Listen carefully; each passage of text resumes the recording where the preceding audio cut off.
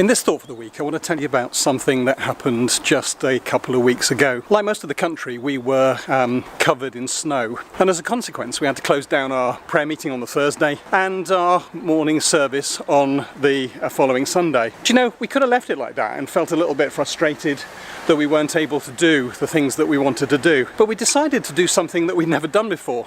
We decided to go digital. And what we did was we held the prayer meeting on our Facebook group. It was really interesting. It was really interesting for a number of reasons. One, because more people prayed than would normally pray in our prayer meeting.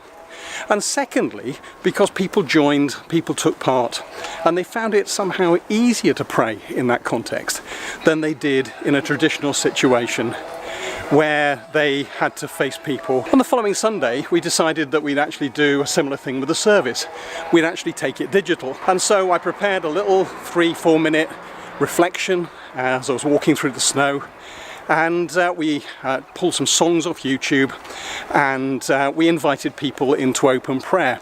The whole thing lasted about 30-35 minutes, and we had about 40 people that actually joined in on the day. And you know, it was really interesting. It was really interesting when we got to the open prayer. We had some 40 people pray, there was an interaction, there was a conversation that took place, and people really seemed to enjoy it. But the interesting thing from my perspective was not the fact that we did it, though it was a bit complicated to get up and running. It was the fact that it actually started to have rippling effects. It moved out from our church, and suddenly we found ourselves in a situation where we had somebody joining us from San Francisco, we had somebody joining us from France, we had somebody joining us from Africa, and it showed the power of social media to begin to engage and connect people together. People have come out of both those experiences and they've said, let's try it again, let's do it another time. And so we're beginning to develop something called virtual church.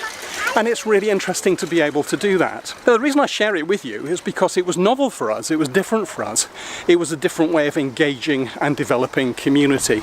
And I'm interested in whether you've done anything like it, whether you've actually learned lessons that we can learn from. And if you have, I'd love you to put them in the comments below and give us the benefit of your wisdom and your insight, and encourage us as we begin to move forward. If you like this video, give us a thumbs up and press that like button, it really helps. And if you think it's worth sharing it with others, then we'd love you to do so.